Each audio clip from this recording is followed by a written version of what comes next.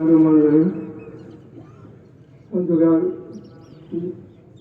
মাইয়াতের জানাজা অনুষ্ঠানে উপস্থিত মুসল্লিগণ,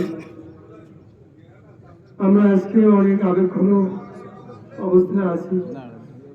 সুতরাং এখানে অনেক ব্যক্তিবর্গ, সম্মানিত ব্যক্তিবর্গ, তার সম্পর্কে অনেক কথাই বলেছে, কিন্তু আসলে আপনারা জানেন যে তার কর্মকাণ্ড সম্পর্কে, তার যে চেতনা সম্পর্কে যদি আমরা বলতে যাই, ঘন্টার পর ঘন্টা হয়তো লেগে যাবে। অত্যন্ত উদ্যোগের সাথে এক ভাই বলেছে তার জন্য স্মরণ সভা করবে। আমরা অত্যন্ত খুশি যে ভালো হোক মন্দ হোক তার সম্পর্কে কিছু পর্যালোচনা করা উচিত। এরকম লোক আসলে পৃথিবীতে খুব কমই আসে। সুতরাং এই বিষয়টা যাতে বাস্তবায়িত হয় সেজন্য আমরা তাকে ধন্যবাদ জানাবো। পরিশেষে আমি ছোট্ট একটু কথাই বলতে চাই যে তার মৃত্যুর কয়েক ঘন্টা আগে আমাকে খবর দিয়েছিলেন, বলছে যে কাসারকে খবর দাও। তার বেডের পাশে আমাকে বসে অনেক কথা বলেছি। শুধু একটাই বিষয়, অন্য কোনো তার পরিবার বা কারো সম্পর্কে কোনো কথা নাই, শুধু একটাই কথা, আমার কাছে বলে যে ভূমিকম্পে কি আমার বিল্ডিং গুলো কি ফেটে গেছে না ঠিক আছে? আমি বললাম না, ভালো আছে। বলে তুই জিজ্ঞাসা করছো কিনা সেটি বল। আমি বললাম যে হ্যাঁ জিজ্ঞাসা করেছি, ভালো আছে। শুধু শিক্ষা শিক্ষা শিক্ষা, সে গরিব হোক ধনী হোক, শুধু শিক্ষিত লোকদেরকে সে যথেষ্ট সম্মান করত। এইটাই তার বিশেষ ধর্ম। আমি যদি স্মরণ হয়, আমার মনে অনেক কথা আছে, বলবো, হয়তো 1 ঘন্টা 2 ঘন্টাও বলতে পারবো, কিন্তু আমি সময় নষ্ট করতে চাই না এই রোদ্রের মধ্যে।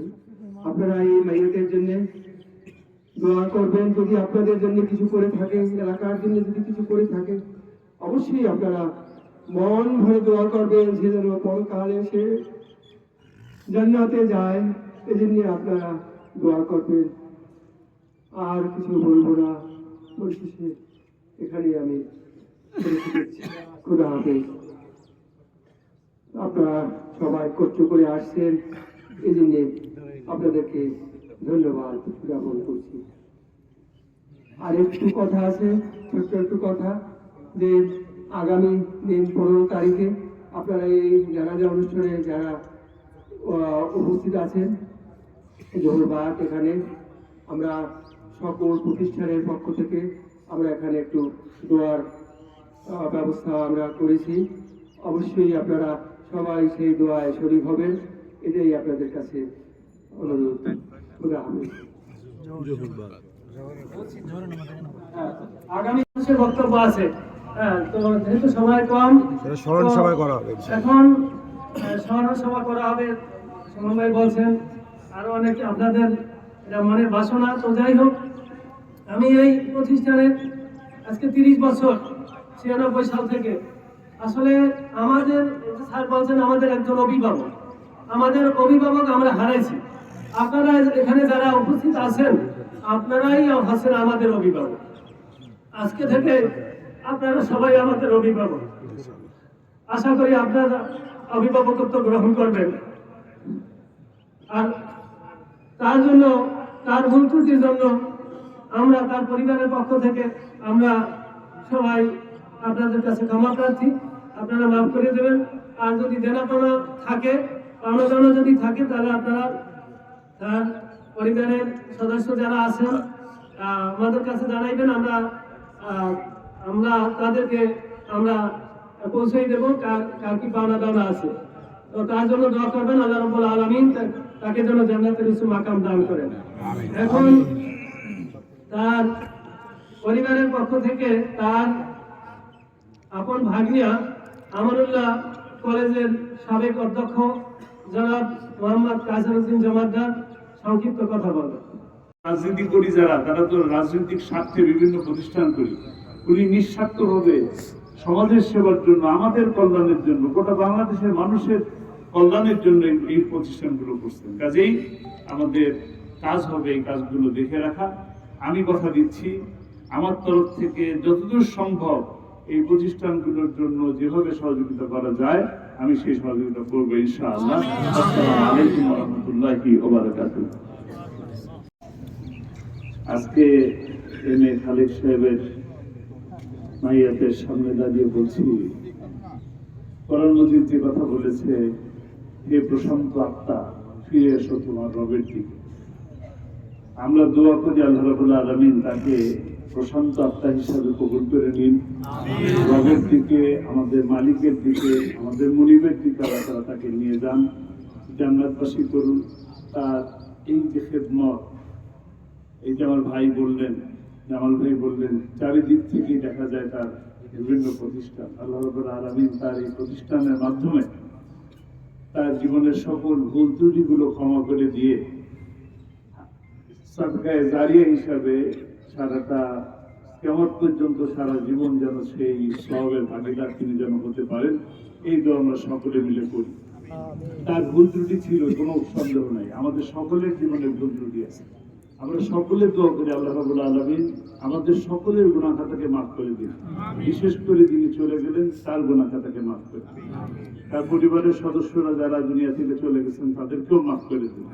যারা জীবিত আছেন আল্লাহ রাব্বুল আলামিন তাদেরকে ধৈর্যের সাথে রাখার তৌফিক দান করুন। সেই সাথে আজকে এখানে উপস্থিত যারাই আছেন, ভান্ডারিয়ার দূর থেকে যারা এসেছেন, সকলের কাছে আমি আহ্বান জানাবো, আমরা সকলে মিলে তার এই প্রতিষ্ঠানগুলো দেখে রাখবো, ঐক্যবদ্ধভাবে দেখে রাখবো, যাতে করে তার স্বপ্নটা ভেঙে না যায়, স্বপ্নটা যেন কোনোভাবেই নষ্ট না হয়। আমরা যেন সেই স্বপ্নকে জীবিত রাখতে পারি। এম.এ. খালেক সাহেবের এই কাজকে যেন আমি জানি সে অত্যন্ত ভালো লোক ছিল, দেশের জন্য কিছু করতে ছিল, অনেক কিছু করেছে, অনেক কিছু বাকি আছে। তাই আমরা যারা সবাই আছি এ জায়গার প্রতি সবাই একটু খেয়াল রাখবেন যাতে এই প্রতিষ্ঠানগুলি ভালোভাবে চলতে পারে। খালেক সাহেবের মতো মানুষ ভান্ডারিয়া আর দ্বিতীয় ব্যক্তি জন্মগ্রহণ করে নেয়, এত এই রাজানগর আগামীতে একটা শহর রূপে পরিণত হতো। এই ভান্ডারিয়ার অনেক কিছু হতো, কিন্তু দুর্ভাগ্য আমাদের থেকে তিনি চলে গেছেন। তা আমি আশা করি সবাই মিলে আমরা তার জন্য দোয়া করবো, তিনি যেন ব্যস্ত নসিব হয়। সকল নেতৃবৃন্দ সবাইকে শুভেচ্ছা জানাচ্ছি। আসলে এরকম ক্ষমা পুরুষ পৃথিবীতে অনেক কম জন্মায়। আমরা ভান্ডারিয়াবাসী নয়, দক্ষিণাঞ্চলের মানুষ সৌভাগ্যবান যে এম.এ. খালেকের মতন একজন পুরুষ আমাদের এই ভান্ডারিয়ায়, আমাদের এই দক্ষিণ অঞ্চলে জন্মগ্রহণ করেছেন। দীর্ঘ বছরে বিগত দশায় উনি যা কিছু করেছেন আমাদের জন্য করেছেন। এই আমাদের জন্য করার জন্য যদি কোথাও কোনো ভুল ত্রুটি হয়ে থাকে, এই রাধানগর মানুষের যদি মনে কোনো কষ্ট থেকে থাকে, আমি তাদের কাছে বিনীতভাবে অনুরোধ করব, আজকে তার এই শেষ যাত্রায় আপনারা মনে কোনো কষ্ট দিবেন না। আমরা আশা করি উনি এই ভালো কাজের জন্য পরপারে জান্নাতবাসী হবে। আমরা সবাই তার আজকে আমরা অনেক খুশি থেকে হারাইছি, যেটা বলেন শেষ করা যাবে না। স্বামী একান্ত প্রতিষ্ঠান, এই প্রতিষ্ঠানগুলো প্রতিষ্ঠা হয়েছে। আপনারা স্থানীয় যারা গণ্যমান্য ব্যক্তি আছেন তাদের কাছে আমাদের অনুরোধ রইল, আর যেভাবে আমাদেরকে পরিচালিত করেছেন আপনাদের সহযোগিতায় আমরা সেভাবে পরিচালিত হতে চাই। আমরা চাই ভান্ডারিয়া একটি শিক্ষা ব্যবস্থা, আরো উন্নত শিক্ষা ব্যবস্থা থাকুক, যেটা সারা বাংলাদেশে পরিচিত হয়। আমাদের প্রতিষ্ঠানের মধ্যে 19টা প্রতিষ্ঠান প্রতিষ্ঠা করেছেন। বাংলাদেশে যতগুলো শিক্ষা কারিকুলাম আছে, আপনি যদি মাদ্রাসা বলেন, কারিগরি বলেন, ধর্মীয় বলেন, তারপরে গিয়ে আপনার জাতীয় শিক্ষা বলেন, জাতীয় বিশ্ববিদ্যালয়, সব ক্ষেত্রেই আমাদের বিচরণ আছে। আমাদের 19টা প্রতিষ্ঠান, এই প্রতিষ্ঠানগুলো সবগুলো সরকারের যে ক্রাইটেরিয়া আছে তার চেয়ে ঊর্ধ্বে আমাদের পাশের হার সবসময় 90 বুঝছেন। আর আসলে স্যারের কথা বলে তো শেষ করা যাবে না। আপনারা আমাদের জন্য দোয়া করবেন, বিশেষ করে স্যারের জন্য দোয়া করবেন, যার একান্ত প্রচেষ্টায় এই একটি সুন্দর প্রতিষ্ঠানটা পরিস্থিতি। সবাইকে ধন্যবাদ। আসসালামু আলাইকুম।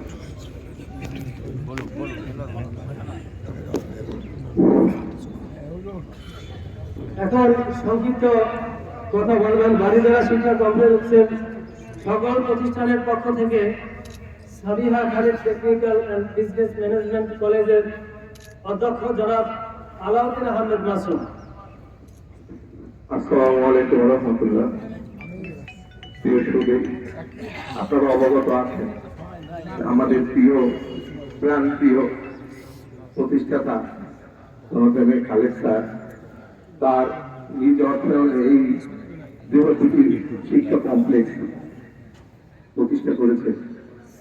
তার প্রতিষ্ঠিত শিক্ষা প্রতিষ্ঠানে আমরা বিগত দিনে অত্যন্ত সুন্দর সুষ্ঠুভাবে কর্মরত ছিলাম ও আছি।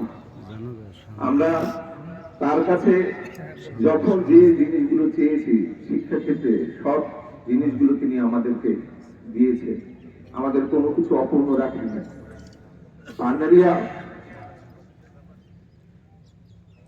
এই উপজেলায় এমন একজন ব্যক্তি প্রতিষ্ঠিত হয়েছে যার বদৌলতে আমরা বিভিন্ন জায়গা থেকে এসে এখানে আমাদের শিক্ষা কার্যক্রম পরিচালনা করছি এবং ভান্ডারিয়ার যে মানুষগুলো আছেন তাদের সন্তানদেরকে আমরা বিনা বেতনে লেখাপড়া করাইছি। আপনারা হয়তো জানেন না যে স্যার আমাদেরকে এখানে কত মর্যাদা দিয়ে রেখেছিলেন স্যার। আমরা আমাদের বাবার আমাদের ভান্ডারিয়া সর্বজন বিশিষ্ট মুরব্বী জনাব মনির সাহেব উপস্থিত আছেন বিএনপি নেতৃবৃন্দ, জামাত ইসলাম নেতৃবৃন্দ, আমাদের জাতীয় পার্টির নেতৃবৃন্দ এবং উপস্থিত এলাকার দূর দূরান্তের মুসলিগণ, আসসালামু আলাইকুম। আমি বক্তব্য দীর্ঘায়িত করব না, যেহেতু আমাদের এই নেতৃবৃন্দ আছেন তাদেরকে বলার সুযোগ দিতে হবে। তবে খালেদ সাহেব একজন ভালো মানুষ ছিল, সে শুধু নিজের জন্য করে নাই, এলাকাবাসীর জন্য তাদের লেখাপড়া সত্য বিষয়, তাই না, ইসলামী শিক্ষার ব্যাপারে সে মাদ্রাসা নুরানি হচ্ছে ইসলামী মাদ্রাসা সব ব্যবস্থাই ঠিক করছে, তাই না। এই আমাদের মধ্যে থাকলে পরে আমাদের আরো অনেক কাজ হয়তো আমি